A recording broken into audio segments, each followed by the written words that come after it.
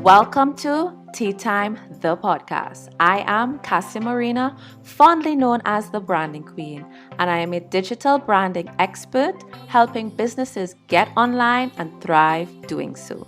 I am passionate about sharing my knowledge through content creation like this podcast, online classes, and workshops, as well as through the services of my branding agency to help you develop your online systems. Think of this podcast as the place to get the latest advice, strategies, tips, news, and inspiration on building your brand online using the tools available to us, but most importantly, thought-provoking content to improve your mindset, to maximize on these tools and put context to day-to-day developments in the online world of business with a little bit of tea dishing facts and sass, because I really want you to thrive online. So thank you so much for tuning in. Let's begin.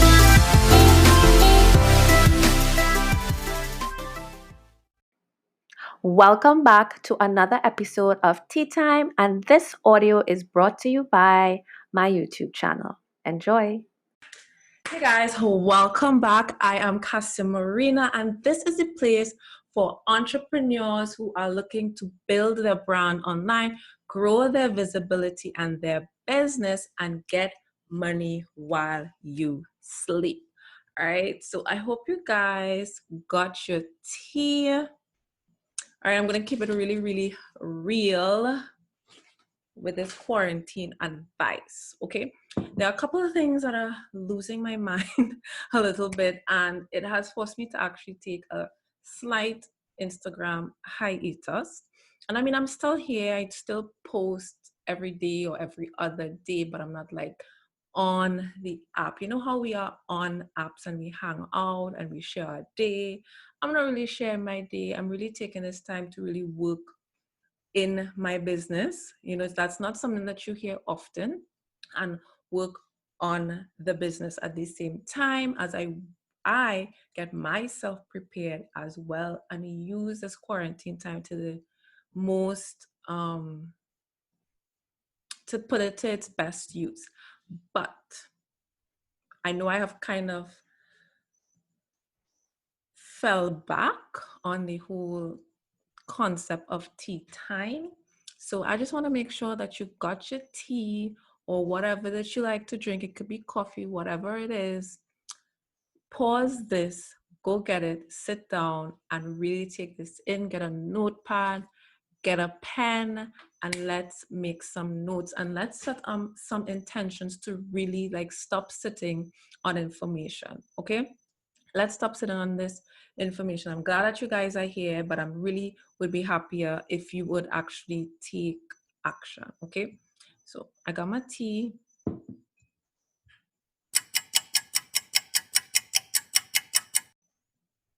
You're back? All right. I hope you have your tea too, or whatever is your chosen beverage. But let's get this going. So this video is all about how to move your in-person business online. Okay. Now, I would like to assume that we are a bit over the shock and the uneasy. I wouldn't say we're over the uneasiness. Okay, we're human beings, and I know many of us are very in like a tough time. But the fact is that we are stuck indoors and we can't do what we usually do, and we do have this extra set of time on our hands. And I just think that we can take the time to take care of our mental health, which I highly recommend. But I also recommend that you can dedicate at least 1 hour in your day to push the needle forward in terms of digitizing your business. And for some people, they just probably don't have this desire to take their business online or digitize the entire business. I'm not saying everybody has to do this. I'm just saying that it is wise to add a digital component to your business, because where it stands right now is that if you have a very in-person business, some people just can't work, they have no income coming in, and maybe you're sitting pretty and you have savings and whatnot, but I'm pretty sure there are those who aren't, and you're probably running your business paycheck to paycheck, as they say. Believe it or not, there are people who are like this, and there's no shade or anything like that. This is just what it is, and it's completely okay. And it's even more reason why you should digitize your business or add a digital component, or basically take your business online. And my first recommendation, and this is something I started working on last year, which is when I came up with my basic to branded workbook. Shameless plug, go down in the show notes, in the description, the link to the workbook. Go get it. You are not gonna regret it, right? I came up with my book, which isn't item one, but it is a form of productizing your business. So if you're a service-based business like I am, service-based businesses basically have you in a position of being like an employee, right?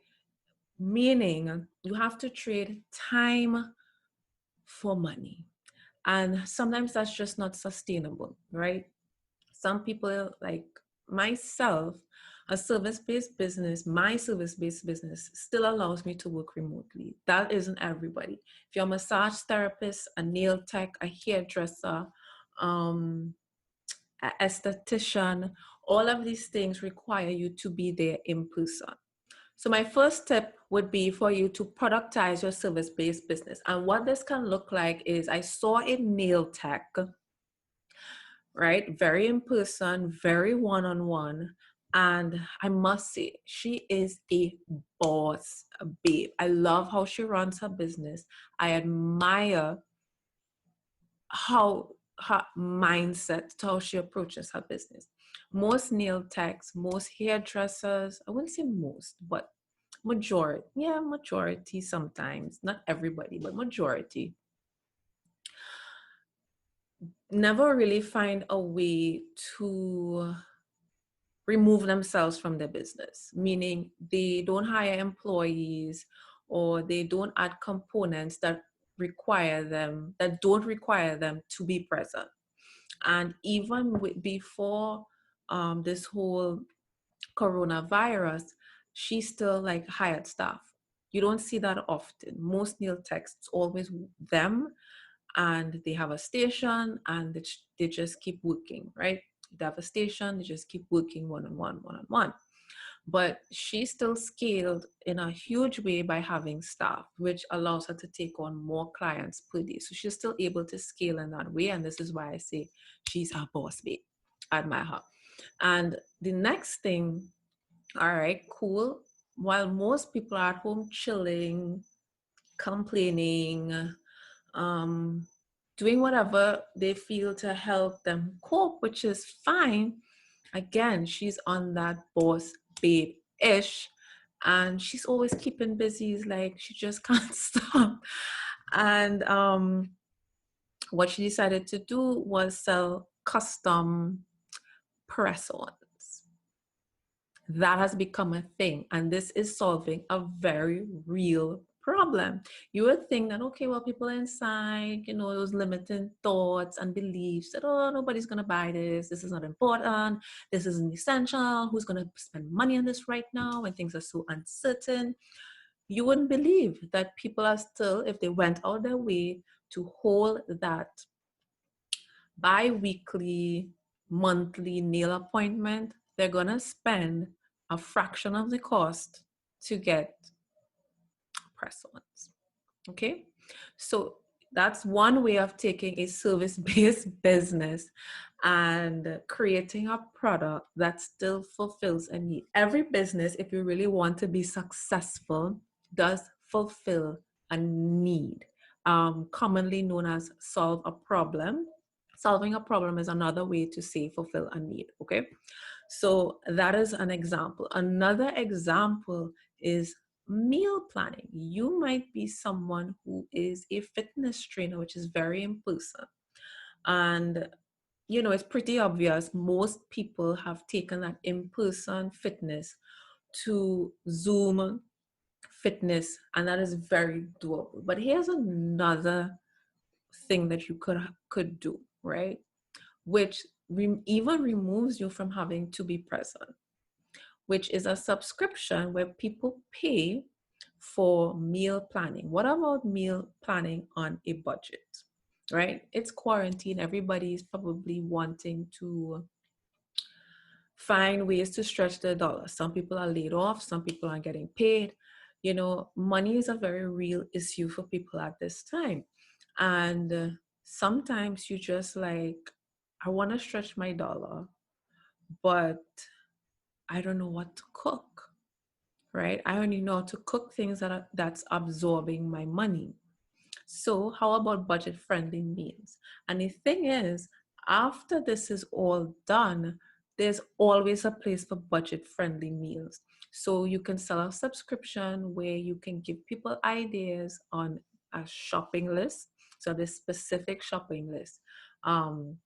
Shopping for groceries under X amount of money, and you can get meals to last you 7 days or 14 days, right? You give them the shopping list, you give them the recipes, the meal plan day by day. Like that is something that you can sell via subscription model. And that actually, the great thing about a subscription model is that people continue to pay you month after month. You want recurring income, just like a salary, right? That's why like most people like jobs, because you have this short income coming in month after month. So that's something you want to build, and it's a wonderful complement to your already existing online training. If you are someone who took your fitness program and you're doing it via Skype, via Zoom, via a virtual format, it still complements that, right?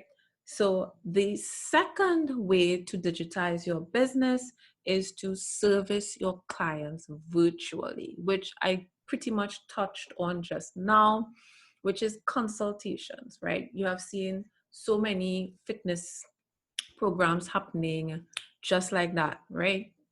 So that one is pretty obvious. But if you are in the beauty industry, you might think, okay, well, I'm a hairdresser. How do I help my clients? Again, you can productize your business. Now, I'm going to kind of one and two kind of rules into each other. You can create self-care at home packages and get that delivered to your clients. The thing is, you all already have clients and your clients want you, but you can't help them in person right now, but they already know you, like you, trust you. They are your clients. How can you show up for them? So for people who are into skincare, estheticians, you could do consultations. People still have acne problems. People are still breaking out. You can charge people for one-on-one consultations and recommend certain products to them. If you are in a part of the world where you can still access products, you could put together a care kit for a custom care kit as well and sell that to them. You can retail that to your customers that you consult with. And this works for hairdressers, it works for anybody in the beauty industry. You can consult. Now, I want to highlight the fact that lawyers have easily pivoted. I know doctors are pivoting and they're doing virtual consultations. And I have to dish some tea on this, because this was something I didn't understand. Like, why couldn't I just call up a doctor and do a Skype meeting? Everybody's was so super traditional, has a physical location, you need to come in, and it's like all of a sudden, the thing is, human nature knows how to be resilient, right? If you have the will, you're going to find a way. However, one thing COVID-19 has taught us is that there are many things that we could have done that we just didn't do because we didn't want to change. There are many things that we didn't do because we were stuck in traditional ways. We were stuck in old habits, and we were just resistant to doing certain things that were more efficient for many different reasons and meet people and be innovative. I don't know why there's a resistance to innovation at times. I know that might sound super crazy to many people, but there is resistance to innovation. And I always have, as a creative, have all these creative ideas. And it's like, well, I can't tell the doctors who studied at medical school for many years, so I'm not even gonna mention this. But I always used to be a little bit frustrated, especially as a mom, that I couldn't get like a quick consult and a checkout when it's a Sunday or it's a holiday and you just can't get some sort of medical attention without having to go to public health care. So I'm sorry, that's my little rant slash tangent. But there's a point. The point is I commend you all regardless of my little bit of tea, because the point is it's happening and I'm still grateful. I'm still happy that people are changing and adapting. And I'm really amazed and impressed at how fast people have adapted. All right. The next way that you can digitize your business is to take all of this and put it into a book. That's tip number 3. You can take all of your knowledge and put it into a book, and you could write some type of guide, right? Tip number 4 would be to create a course. Now, a course is something that you will do more in the long term because it takes time to put a whole curriculum together, map out, the transformation and how you're going to help people get to that transformation, because you have to build it in steps, lessons, modules. It takes time. You got to market it, everything like that. But a very quick way is, again, back to point number 2. You can do the one-on-one consults because now you get practice, you get more familiar with what people need to know.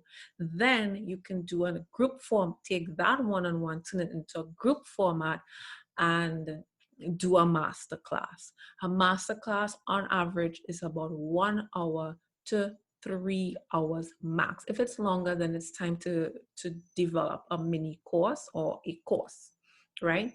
So I hope a mini course makes things sound a lot more manageable, because a course might sound like it has to be like this big, grand thing, and it doesn't. A course just means a course of lessons. And that could be about 3 to 5 lessons. That's why it's called a course. Think of it like a meal.